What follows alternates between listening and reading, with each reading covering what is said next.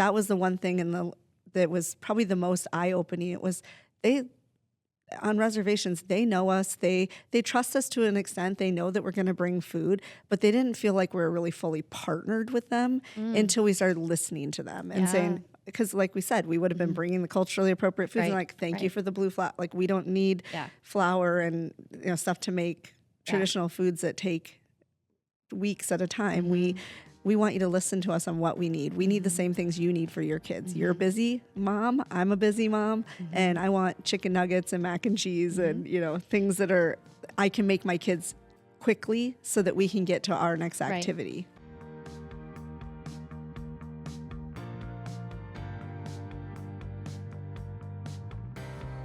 Welcome to this week's episode of 50 Faces of Feeding South Dakota. We've had some really great conversation over the last few months about challenges of rural hunger and community-led solutions and how communities are being innovative in the way that they're fighting hunger and partnering with Feeding South Dakota.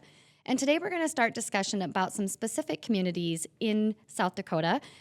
Most in particular this month, we're going to talk about Native communities and the additional challenges that come with food access in Native reservation areas, as well as the work that Feeding South Dakota and our partners are doing to fight hunger in these high food insecurity counties. We have Lori Dykstra joining us again today to kick us off. Thanks, Lori, for coming back. Absolutely. Always appreciate having you. So, as I mentioned, we've had some really great conversation. I mean, here we are halfway through our 50th anniversary year, and it's been really great getting to bring a variety of people on and talk about different things. But I think we get a lot of questions from people about what are we doing in Native communities? How are we serving on Native reservations and helping? Because there's this great awareness of the high food insecurity rates. Even when you think about like Pine Ridge is in one of the top 5 most food insecure counties in the nation. And so that really shines a spotlight on it. And so let's talk a little bit about that. When you started as CEO with Feeding South Dakota, what was your learning gap, or what did you have to learn about Native communities to understand how best to work with them? Yeah, I first of all, I'm still learning. Yeah. I feel like as much as I've learned, I still only know a little bit. I realized that the things that you learn in school or even in growing up in South Dakota just wasn't enough for us to do the work that we really want to do there and to be impactful. And so we were lucky enough to do a assessment with a third-party company, really go out and talk to Native people in their communities, asking what they needed and what they looked for from the food bank, what they wanted the food bank to know. And it was really eye-opening. I was like, I guess I don't know a lot. I need to learn. Well, it really ties back to, I think the important thing that you said about that is learning about what they want and learning about what we need to know, because we've talked about community-led solutions and how communities know best for the type of programming or the type of food resources to bring into their community. And it's not appropriate for us as a food bank to go in and say, well, here's what we're going to give you, right? Yeah. Because you're hungry and you need food. So we're going to bring this if it's not the right thing. So we have some partners in reservation areas. The assessment, though, talked to not just our partners, but to others within Native communities, right? Yeah, they spoke with guests that utilize our services and families, our existing partners and other people doing food insecurity work in the community, talk to tribal leaders and other entities that are doing other work, not just food insecurity work. But one of the things that was just so amazing to me is that, if you ask people what they want, they will tell you. And so we hear it all the time on social media. Yeah. We get a lot of feedback. Yeah, it's so funny. It's like, you mean we don't just know best? No, if you ask them, they'll tell you. Yeah. And so one of the best examples, and you and I have talked about this, we're like, they're going to want culturally appropriate foods, and we're going to go and we'll go order all these culturally appropriate foods that they want. And then we went and we talked to people, and they said, we don't want to make breads that take 3 weeks to make like our ancestors did. We are like you. Like they're like, what do you feed your kids after school? Yeah, you need something quick. I want mac and cheese. I want chicken nuggets. And I'm like, oh, I didn't even think about that. So if we would have just put those foods on the menu for their agency partners or just brought those to them, they would have been like, this isn't what we're looking This for. isn't solely what we're looking for. Yeah, you and right. I don't make our ancestors' foods Right, anymore. right. I don't make food that my grandmother made that took weeks to make. I do, but it's like once every 2 years. There's one dish that I will make. You're not making it every night for your kids. No, though. I'm not. And so it was just, again, if you ask, they'll tell you. Yeah. And so rather than us make these assumptions or just thinking that we know best, that was probably the biggest thing, is just sit down and learn from them. Mm-hmm. And that's what really opened our eyes that we need to do additional learning, right? Well, and perception, I think, I've talked a lot about how much working at Feeding South Dakota has humbled me and really opened my eyes to the realities of other people's situations. And I think there's just a lot of perception about what people who live on reservation are like. Yeah. And I have had the great privilege of visiting with agency partners and traveling through the beautiful country that we have here. We have 9 reservations with a variety of tribes within those reservations. But, the challenges in tribal communities really are not tribal tribal member issues entirely. No, they're not. It's interesting that I think that that's what I thought, that, I thought that we're going to learn something from these tribal leaders. They're going to tell us this is what the challenge is on a reservation. We got out there. What we realized is that it's very similar to the rural landscape because they are rural. And so the same, there are additional challenges, but a lot of the challenges are just strictly rural challenges. I mean, it's hard for us to get food to our very rural communities anywhere in our state. But then the added challenge on a reservation is they may not plow their roads. They may not have the same road system that we have. So getting the food in the trucks down gravel roads during bad weather is just more challenging. So it's a rural challenge sort of on steroids, like a little bit, it's just a little bit bigger than that. But we were trying to make it into something different, and really how we solve some of those rural challenges, we needed to do those same things and just open our eyes that it's a little bit more difficult in those areas where they don't have the same resources to plow the roads or to get the food up to, people don't live on the main streets. They live a mile off the road. That's really a rural challenge. That's not unique to just native reservations, because if you go out to a farm community in South Dakota, you're going to see people living a mile off the road. Yeah.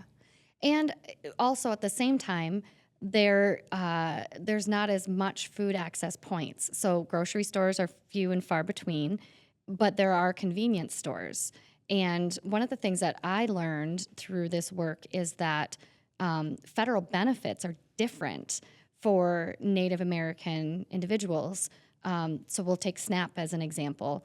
There is a program, the Federal Distribution on Indian Reservations, which is a USDA, a federal program that provides commodity foods, and individuals who live on reservation have the choice to receive that distribution of food items or SNAP benefits. They can't do both. And so when you don't have a lot of grocery stores available to utilize those SNAP benefits, you're more likely to choose that commodities distribution.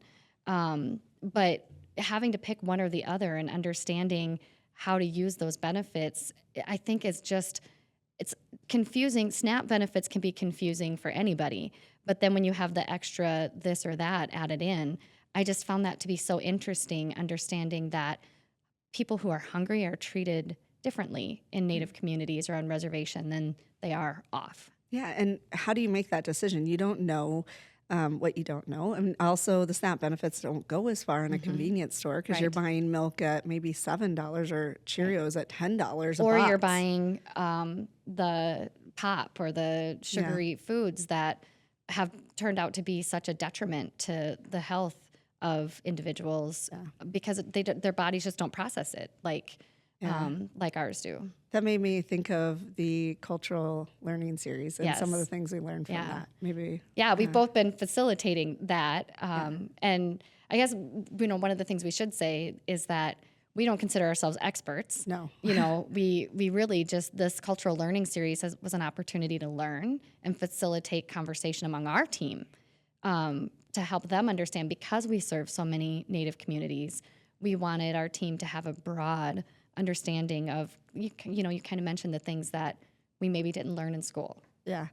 I remember, so this is, taught, or I mean, not taught, it's shared stories from individuals on reservations in 4 states. And this was born out of a project that we had.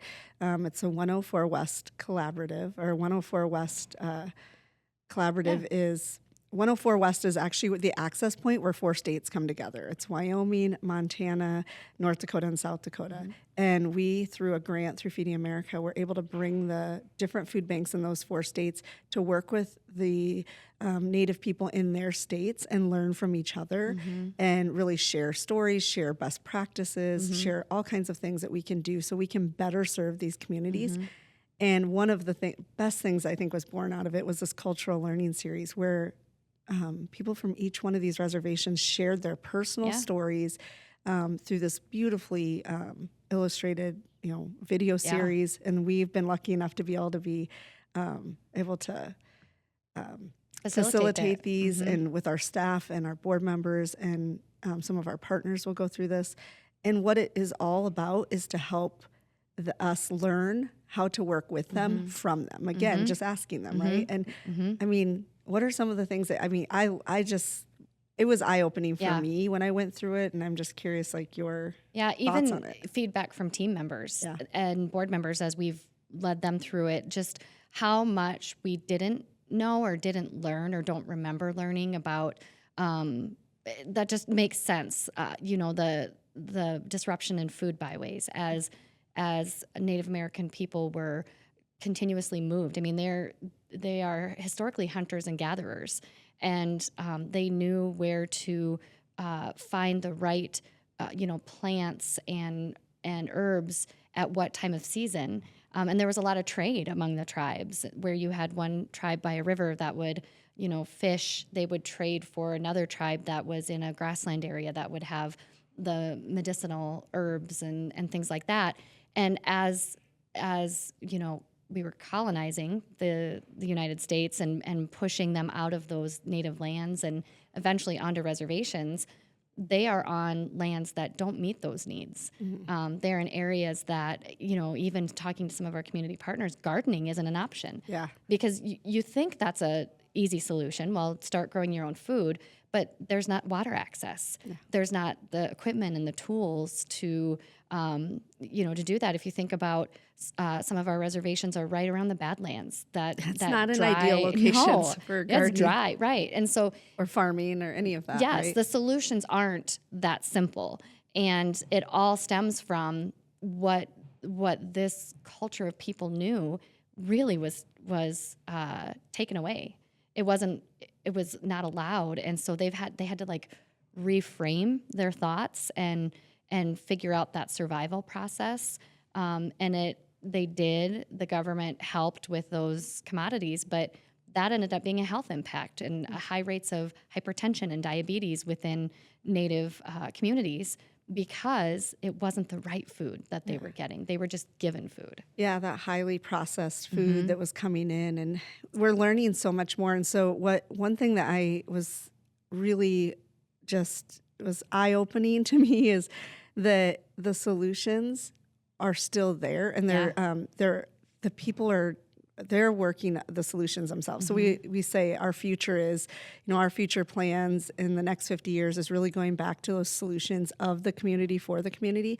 And these communities, specifically Native people, are just so resourceful. And we're already seeing some of these tribes just doing some really innovative food sovereignty work, and we get to be a part of it. And I don't want to share too much about that right now because we can go down a whole rabbit hole, but I will say it's my favorite subject to talk about. I really love it. I'm so passionate about it because I hear they're rebuilding buffalo herds in some of our tribes. They're building out their native grasses and their municipal, I can't say that word medicinal. Today. Medicinal, thank you. There we go, medicinal. So those herbs again, so that they can go back to their traditional way of life and their health, because their health was really good when they had their own food, and they were, we have people putting in processing plants to process the buffalo, and we're a part of that. We're able to even, we've been able to even donate some dollars to help them support some of that on some of our tribal lands in South Dakota. And so I'm just excited to see this. They really want to become food independent is one of the, that's the word that they used on Sistine-Wapitan with me. They said, we want to be food independent. And I said, what does food independence mean to you?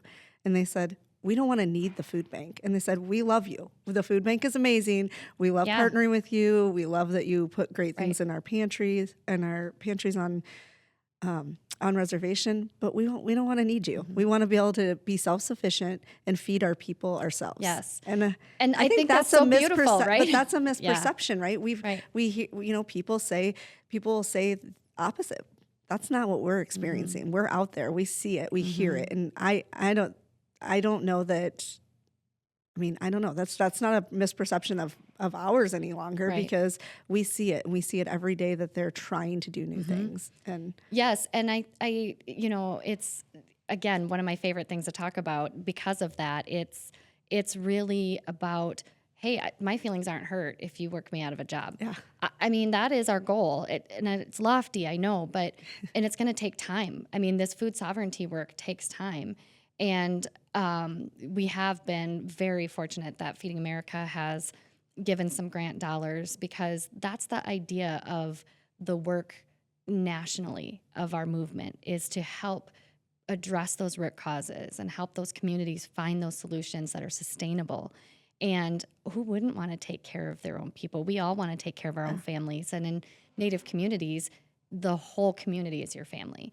I think we could all learn from these Native communities because if they're solving it, then the small town in rural South Dakota can solve it too. Right. And so when the first year I was here, I started in January. That next holiday, we received, there was those really big blizzards, remember, where like everybody was stuck at the exit. And Christmas Eve. Yep. Snowstorm. Yes. All the interstates were like piled as deep as the 2022. overpasses. Yeah, it was crazy. And our communities here in South Dakota started reaching out to Feeding America saying, we need help. Like we have people stuck in homes who can't get out to get food and we, don't have heating and like there were challenges that. Yeah, they had a record amount of snow on Cheyenne River reservation. It was really detrimental, and actually some people did lose their lives. It was a difficult time, and we Feeding America contacted us, and we were like, I think we had somebody on the road that afternoon. With a truck full of food, with some emergency rations that we could try to get wherever we could. Yeah, this is something as a CEO. I just want to say I did not expect our driver to go on Christmas Eve in a blizzard with a semi where they couldn't see, and there was a plow that plowed them in. I mean, the snow is up to the side of the semi along the road, and our semi is like going through this very dangerous situation. And afterwards, he's like, I just thought I'd beg for forgiveness later. And I'm like, okay, I'm glad you made it safely. But they were able to meet him at the distribution center on Cheyenne River. Or, I'm sorry, was this Rosebud? This was Pine Ridge, I think. Ridge, okay. This one was, yeah. We had several trucks going out because we went to Pine Ridge, we went to Rosebud, and we went to Cheyenne River. And they met him there, and they were taking the food out by snowmobiles up to the houses because we said, they're a mile off the road. We can't get there. Getting in on the main road, literally the plow plowed the semi in, and he had to back out for miles in a semi. First of all, that driver has since retired, and he's an amazing driver. But I was just like, when you see the pictures and the images, they actually ended up picking it up on some national media because it was just like the semi with snow up to the side of it, and he's backing out of this highway. I feel like I have to sidebar a little bit and just say that just demonstrates the passion that our team has for this work. I mean, I'm pretty sure I've said it before, but every person who works here, just that they're passionate, that they want to do everything they can to help people. And this is a prime example, is just saying, let's go, we got it. I mean, when we contacted the ops team in Sioux Falls and Pierre and Rapid City, which was this particular situation, but earlier in the event, Sioux Falls and Pierre, they were like, we'll go today. What can we do? We're going to start loading food now, right? Yeah, and our driver that I was mentioning, he since retired. He didn't leave because of this, just to be clear. He just retired, but his name is Jim, and I don't know if he listens, but if he does, Jim was an incredible driver, many years of experience, and so I wouldn't say every driver should do this, but he definitely was a very experienced driver. But he stayed over Christmas on reservation in his truck in a hotel, and he spent his Christmas serving the reservation because that's where he said he was most needed. And that's amazing. He had to give up time with his family to be there. And that's just, you and I were on the phone with FEMA and, all kinds of people trying to get a Black Hawk helicopter to drop food. Didn't work. Apparently they didn't want to give us a Black Hawk helicopter, or we couldn't ride on it. And that was a problem. That was a definite no. Something about, I don't know, waivers and I don't know. But I think, when I bring this up because, our prior conversation about food sovereignty and being able to provide food for the community, food sovereignty is about also being prepared for those emergency situations, knowing that they're in such a rural area, wide open spaces. So they want to be able to have the food to feed their community regularly, be prepared for emergency situations, and then hopefully have the access to market it and help bring revenue back into the community to help drive jobs and help, fight that root cause of food insecurity, the poverty issue, the ability to have the dollars to buy the food. That's sustainability, right? That's us working ourselves out of a job, which is, like you said, our goal. And I know that that's a big goal, but it's attainable. There's pieces where if we get a community that becomes self-sufficient and can do this, and we're already seeing this happen. And I just think it's beautiful that it's happening on reservations first. Rosebud has done some incredible things. Oh like you said, Sisseton-Wahpeton is in process. And Pine Ridge has got some grants to be doing some things now. And all of them are doing something. And how beautiful that we're learning from them now how to do this, because we're going to be able to take those learnings and use it in the most rural community in South Dakota that is not on tribal land and still needs to learn these same things on how to, become self-sufficient or food independent, as they like to say. And our goal in the next 5, years as we embark on some, things that we're changing and working on here is to create access for everyone. Everyone deserves access and the dignity to have access to good, healthy foods that help them fuel their bodies and feel well, whether it's a kid who needs the mental clarity in school, the senior who needs the healthy food so that, heart healthy, and on reservations where we're trying to, lower the diabetes rates and things like that. I think that we're going to learn so much from the tribes that is going to really impact everyone in the state, and how beautiful it's going to come full circle and we get to learn from them. Yeah. And I, going back to the assessment that you talked about, one of the things I remember from that is how often they talked about our drivers. Oh, yeah. By name, and just talked about how great they were, how friendly they were, how helpful they were. And that really transformed our thought processes too about who our drivers are and how they represent Feeding South Dakota, because it's not, and we've adjusted our job descriptions when we're hiring, because we're not just hiring a driver. No. We're hiring a relationship builder. Because that is so important in every community, but particularly in tribal communities, having the trust that we do as a partner to those communities, Feeding South Dakota, is so important to being able to support that future work and make sure that, everyone has access to that food. Because we've got that trust. And I think that's a really important aspect of solutioning food insecurity. Yeah, when we were doing the survey, it was interesting that they did speak by name, and it was, you think about it, you're building that trust because you see that driver over and over again, and they know. And our drivers will say, hey, I didn't see Stacy at the distribution, and they'll ask the community members, how's Stacy doing? They also, the drivers, not only do they know the communities know our drivers know that community and know those kids, the kids and the families, and some of them even adopt dogs. Yes, this I've heard. That would definitely be my issue if I was a driver. We have a driver that he's kind of known for adopting dogs. I think 3 now. 3 dogs off of a specific reservation that he goes out to, and there's some dogs that are for rescue, and he And he's like, I can't say yes to any more dogs because I have so many. I think he's got like a limit in his city where he lives now. But they start to know that community, and the good thing about that is that trust needs to happen for food banks as well, because that was the one thing that was probably the most eye-opening. It was on reservations, they know us. They trust us to an extent. They know that we're going to bring food, but they didn't feel like we were really fully partnered with them until we started listening to them and saying, because like we said, we would have been bringing the culturally appropriate foods and like, thank you for the blue flour. Like, we don't need flour and stuff to make traditional foods that take weeks at a time. We want you to listen to us on what we need. We need the same things you need for your kids. You're a busy mom. I'm a busy mom. And I want chicken nuggets and mac and cheese and, things that I can make my kids quickly so that we can get to our next activity. And even the cultural way in which on tribal lands and in tribal communities, it's multi-generations of people living in a home.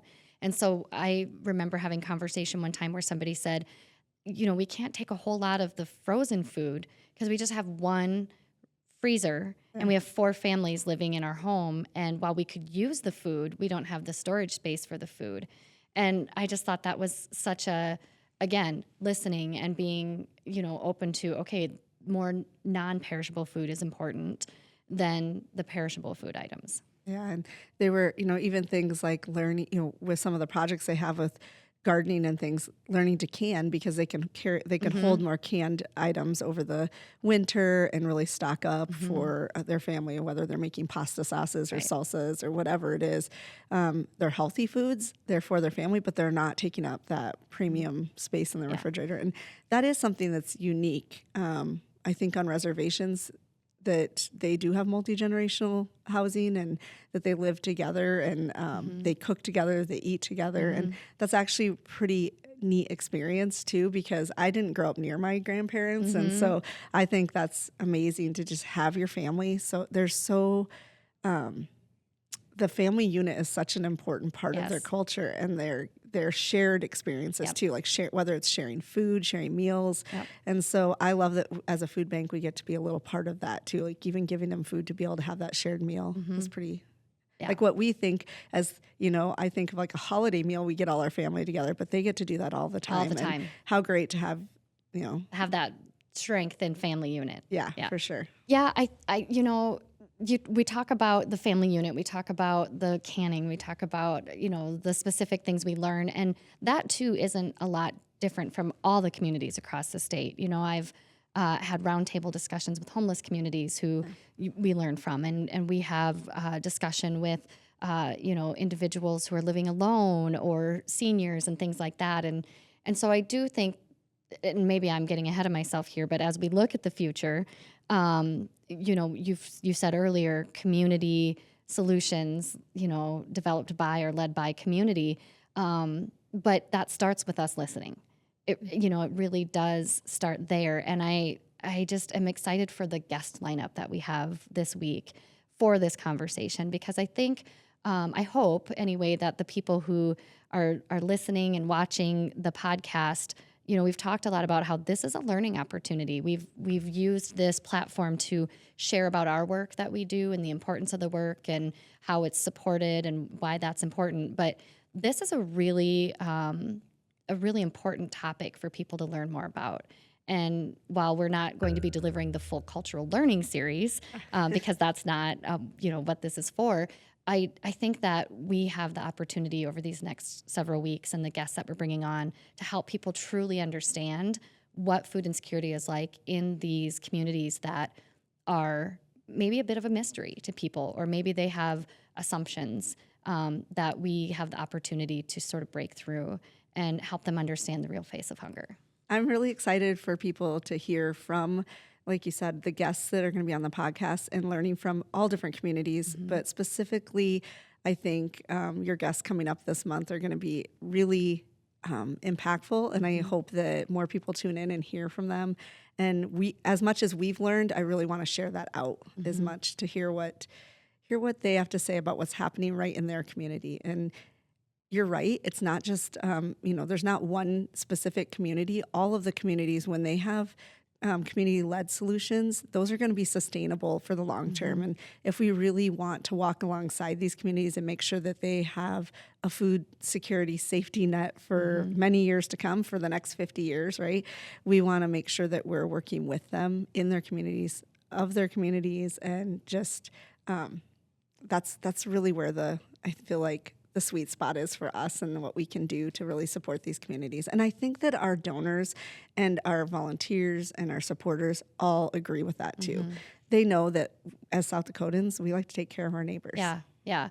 Well, in the last 50 years, we've evolved a lot how we fight hunger. I mean, we've a lot of things have happened, and COVID was another big evolution, and we're coming out of COVID, and we're looking at our model of service and evolving again into the way that we work. And we've always been able to say we're the experts at distributing food, right? Because we're doing it across the state. We have the infrastructure. We have all the things needed to do it efficiently, to do it well.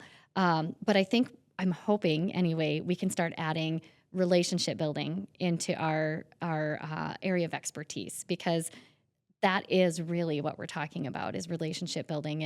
And that's a little bit of a jump from what we started talking about, which was food insecurity in tribal communities. But it leads me to my question of, if you think about the next 50 years, you're the only one I keep asking this question of, so I give you the hard questions. Think about the next 50 years of Feeding South Dakota and the work that we will do. What do you hope that we're able to partner with tribal communities to see as an outcome? I mean, the ultimate goal would be that we've listened, we've heard them, we've given them the support that they need to build the programs and the infrastructure within, that they become food independent, right? That just like the leaders at System Wahpeton said, we love you, Food Bank, but we don't want to rely on you. And that's really the end goal. So to work ourselves out of a job to bring down the food insecurity rates on reservations. I don't want Native people to have the highest food insecurity rate in the country any longer. I don't want our state to have some of the highest food insecurity counties in the country. I want our children on Native reservations to have access to food and access to a healthy environment for themselves to, with full bellies, to be able to learn. I mean, all of those things.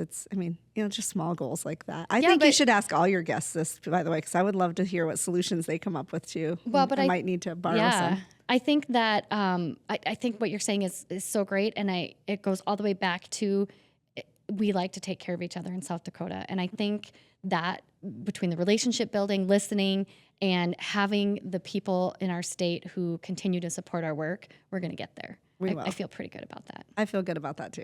Well, thanks for being here today. Thank you for joining us for this episode. And I really hope that you join us for the next several weeks as we dive more into learning about Native communities and the work that's currently happening, some of the challenges that are in the works of overcoming, and how Feeding South Dakota is partnering or learning how to partner within these communities to bring an end to hunger.